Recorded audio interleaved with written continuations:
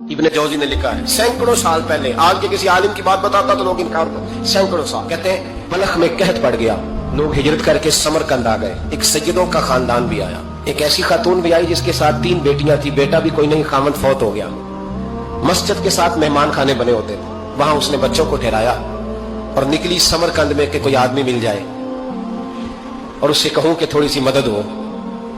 وہ چلتے چلتی ایک سیٹھ کے پاس، رئیس کے پاس پہنچی۔ جن لوگوں کے پاس دولت آتی ہے نا، وہ کئی دفعہ سخت جملے کہنے لگتے ہیں جو اللہ کو پسند نہیں آتے۔ وہ سیٹھ کے پاس گئی تو جا کے کہنے لگی میں غریب ہوں، پریشان ہوں، بلخ میں قحط ہے، سارا زمانہ جانتا ہے، تو میں اس لیے سمرقند آئی ہوں، بیٹیوں کا ساتھ ہے، نہ رہنے کو جگہ ہے، نہ کھانے کو روٹی ہے، نہ پہننے کو کپڑا ہے، مہربانی کر تھوڑی مدد کر۔ کہنے لگا ہو کون؟ تو اس سیدزادی نا کان آگے کر کے، ہاں کسی پہ بھی حالات سخت آ سکتے ہیں، اللہ سے ڈرنا چاہیے، کان آگے کر کے نا کہنے لگی میں سیدزادی اور یہاں میرا اپنا کوئی نہیں، مہربانی کر۔ تو وہ سیٹھ صاحب، چودھری صاحب کہنے لگے مجھے کیسے پتا چلے گا تو سید ہے؟ تو سیدزادی نے اپنا پلو کھولا اور اپنے آنسو دونوں آنکھوں سے صاف کیے تو کہنے لگی اللہ تیرا بھلا کرے، میں ثابت نہیں کر سکتی کہ میں حضور کا خاندان، میرے پاس کوئی دلیل نہیں، میں نہیں بتا سکتی، چل ٹھیک ہے، چلی گئی۔ کسی نے بتایا کہ یہاں ایک یہودی بھی رہتا ہے، وہ بڑا سخی ہے، یا آتش پرست ہے، یا پارسی ہے کافر غیر، سخی بڑا ہے، اس کے پاس گئی، بیٹھی رہی، لوگ بیٹھے تھے، جب چلے گئے تو قریب گئی، کہنے لگی مجبور ہوں، پریشان ہوں، غریب نہیں ہوں۔ کہنے لگا بی بی تجھے کبھی دیکھا نہیں، سمرقند کی اتنی آبادی نہیں، میں سارے شہر، تو کون ہے؟ تو کہنے لگی تعارف نہ ہی پوچھے تو اچھا ہے۔ اس نے کہا چلو اگر پتہ چل جائے تو۔ کہنے لگی میں مسلمانوں کے نبی کی اولاد ہوں، مسلمانوں۔ اس نے کہا پیغمبر خدا کی اولاد؟ اٹھ کے کھڑا ہو گیا، بی بی کو ساتھ لیا، گھر گیا، کہنے لگا جو صاف ستھرا کمرہ ہے نا اسے پھر دھو ڈالو، ایک دفعہ پھر دھو ڈالو۔ کمرہ دھلایا، صاف کرایا، پھر کہنے لگا بی بی میرے برتن زیادہ صاف ستھرے نہیں، میں نئے نہ خرید کے لا دوں۔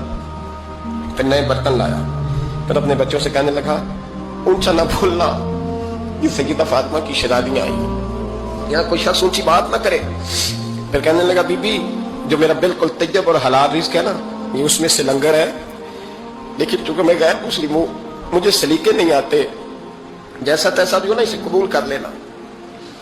خاتون کو کہنے لگا یہ گھر ہے، جب تک جی چاہے یہاں رہنا، دیکھنا ہو سکے تو رات اپنے نبی سے سفارش کرنا، میرا بھی کوئی مسئلہ، میری بھی کوئی قبولیت کہیں ہو جائے۔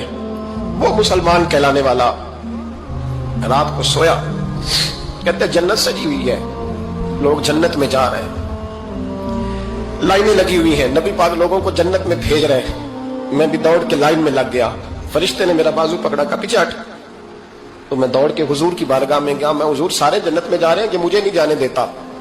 نبی پاک نے فرمایا تو کون ہے؟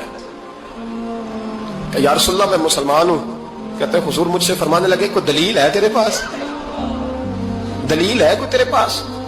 میں چپ کر گیا۔ فرمایا میری بیٹی تیرے دروازے پر آ ہی گئی تھی تو دلیلیں پوچھنے لگ گیا تھا۔ ہم جا دوڑ جا، سویرے آنکھ کھلی تو گلیوں میں ڈھونڈتا پھرتا ہے، تلاش کرتا پھرتا ہے، کونے کونے میں جاتا ہے وہ سادات کا گھرانہ کہاں گیا، ڈھونڈتے ڈھونڈتے اس غیر مسلم کے دروازے پہ جا کے پہچان لیا تو کہنے لگا خدا کا واسطہ جو تو نے نوکری کی ہے نا ان کی مجھ سے 11 گنا لے لے، یہ سادات کا گھر مجھے دے دے۔ تو کہنے لگا کل تو آتا تو شاید بات اور ہوتی، آج بات اور ہے۔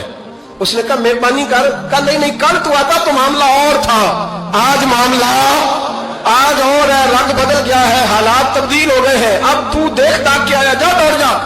کہنے لگا نہیں مہربانی کر، دے دے، تو غیر مسلم میں تیرا کیا تعلق؟ کہنے لگا چپ کر، غیر مسلم میں کل تک تھا، کل سے سجدوں سے پیار کیا ہے تو میرے حالات سنور گئے ہیں، وہ جو نظارے تو نے رات خواب میں دیکھے ہیں میں نے جاگتی آنکھوں سے دیکھے ہیں۔